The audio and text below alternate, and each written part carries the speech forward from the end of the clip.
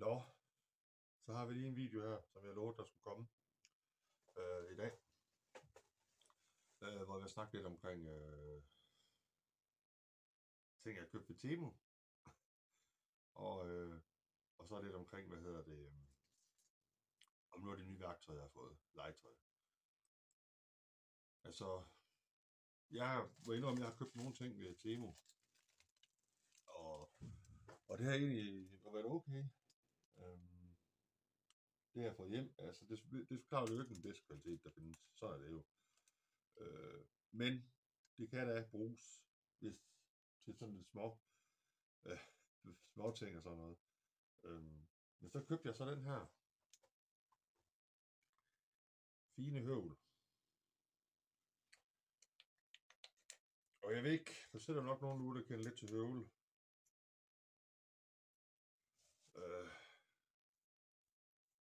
Den kan ikke en skid. Som i ingenting. Den kan ikke en skid. Og det er jeg sådan lidt træt af. Og jeg ved godt, det er Temu, og jeg ved godt, man kan ikke forvente for meget. Men køber en høvl, så har jeg en eller anden fornemmelse af, at når man så skal bruge den, så virker lortet altså. Så det må jeg have slæven. Så det kommer til at virke. Men så er det en fin lille en, altså. Det er en fin lille høvl, synes jeg. Så man skal sådan lige tænke sig lidt om, når man køber noget på Temu. Og de siger jo, det er jo billigt, altså. Det er jo et billigt sted, og sådan er det. Jeg skal lave nogle ændringer hen i værkstedet, fordi at nu har jeg fået mig, jeg ved ikke, om man kan se det på den her. Derovre, der står sådan en kap gæringssav, som jeg har anskaffet mig. Den skal jeg have lavet sådan, så der bliver et ordentligt bord til det, hvor jeg kan save ting ud. Jeg havde også en almindelig bordrundsav, men den virkede ikke til det, jeg skulle bruge den til. Jeg vil gerne kunne have den ned, og så jeg kan lave forskellige joints og sådan ting, så er på træ. Og det kunne jeg ikke på den, så den skal jeg have fat i en ny en af. Så lige nu der vil jeg så lave en eller anden form for jig til min, almindelig håndsav, eller hedder det rundsav, hvor den så kører, hvor jeg så kan lave det. Og det skal jeg faktisk lige huske at sige. Jeg reklamerer ikke med noget værktøj. Jeg har ikke sponsor. Jeg har ingenting. Jeg skulle lige i hovedet. Det har jeg da i hvert fald. Og det har jeg, altså hvis jeg får det, så skal det nok blive sagt. Jeg kunne godt tænke mig et bestemt mærke, som lige præcis der, hvor jeg arbejder, fører.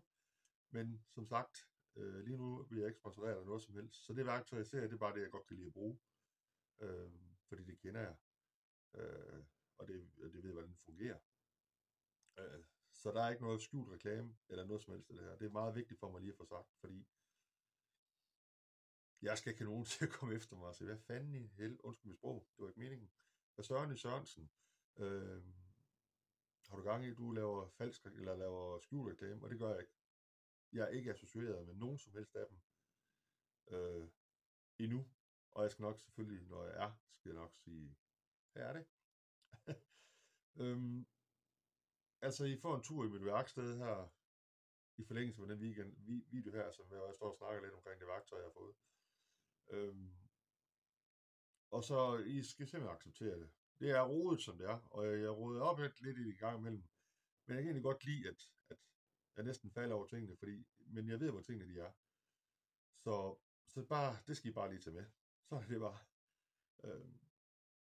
Og jeg laver selvfølgelig lige en lidt længere video senere, hvor jeg fortæller lidt omkring, det har jeg også gjort i den første video, men hvor jeg fortæller lidt omkring, hvad jeg egentlig gerne vil have ud af den her kanal. Hvem jeg er. Jeg har også en YouTube-kanal med min datter for eksempel. Den får jeg også lidt videre, hvad den hedder. Det laver bare lidt sjov og sådan noget. Og så har jeg nogle andre små projekter, som jeg faktisk ønsker mig at lave ind til huset. Jeg har tænkt mig at lave en ny form for WC-papirsholder. altså, sådan nogle små ting kan jeg gå ud og lave. Jeg vil ud meget mere, end jeg har været. Jeg har ikke været ude ret meget i lang tid. Det skal laves om. Og jeg satser på, at der kommer enten en short eller en video hver mandag aften. Det er det, jeg arbejder hen på. Så jeg håber, at I vil følge med, og I vil subscribe på min kanal og like it. Det kunne være fantastisk. Jeg er ikke så færdig til det her nu, så jeg kan ikke lægge sådan nogle links ind. Tryk her og dit og dat til subscribe, så jeg håber, I vil gøre det.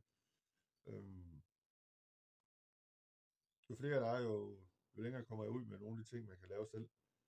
Og det synes jeg faktisk er ret vigtigt. Så følg med på Jakobs Do-It-Yourself kanal. Og følg med på Maskinhuset, tror jeg nok, hun kaldte det, min datter. Der hvor vi laver lidt andet sjov. Og hun kommer også med på værksted og laver nogle ting. Jeg vil lære hende at bruge en drejebænk. Jeg vil lære hende i det hele taget at bruge håndværktøjer. Det tager mig ikke skade at lære. Jeg har lært det af min far. Og det synes jeg, der er gået okay. Jeg laver også nogle fejl, og jeg vil ikke opfordre til at gøre de ting, jeg gør. For jeg gør nogle ting, som jeg måske ikke lige helt er det helt sikkerhedsmæssigt forsvarlige. Men jeg gør det alligevel. Fordi jeg har styr på det, føler jeg selv. Indtil den dag, jeg ikke har det, men det må vi tage, når det kommer. Så I skal ikke gøre ligesom jeg gør. Gør det, som det er foreskrevet i reglerne. Nu vil jeg lige starte min kapgæringssav op. Jeg skal lige have savet noget, så kan jeg lige vise, at den faktisk er helt fantastisk. Okay?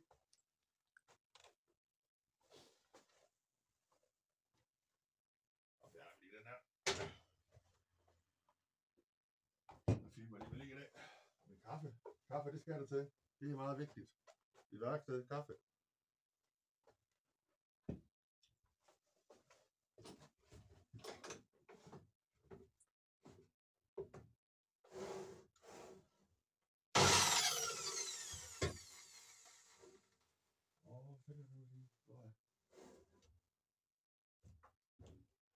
Hvad er det nu lige der? Nå ja.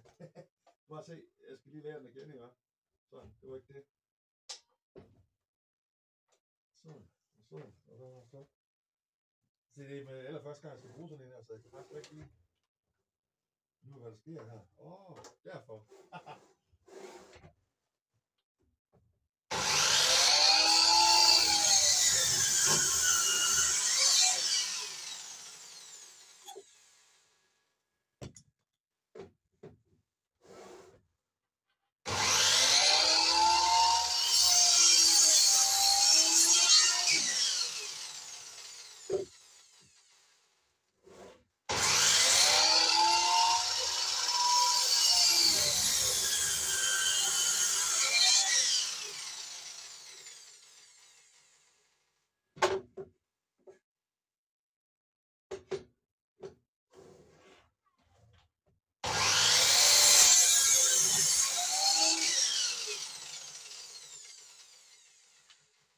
Så fik den her lige 4 rimelige, eller så fik du kun 3, kan jeg se. Jeg skal lige slå den der også.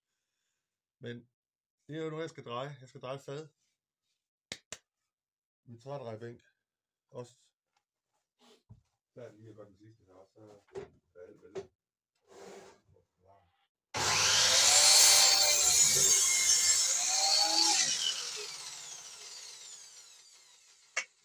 Se. Så er den der. Der skal den der simpelthen drejes rundt her. Kom herover og sæt. Det ved ikke, om I kan se det. Så skal jeg herovre. Skrues fast over på den. Men det er nogle af de projekter, som jeg arbejder hen på at skal lave. Jeg glæder mig som sindssygt til at komme i gang med det her 100%. Det må jeg indrømme. Og jeg håber virkelig, at der er mange, der synes, det er sjovt, det jeg laver. Og jeg har ledningen i hovedet igen, men sådan er det, når man selv laver sit værksted. Jeg har også en kammerat, der er elektriker. Han kommer også ud og laver alt med el, så det er 100% forsvarligt. Så det bliver bare godt. Han kan ikke sige til det. Men vi ses derude. Og husk nu at subscribe og like min video. Det kunne være fantastisk.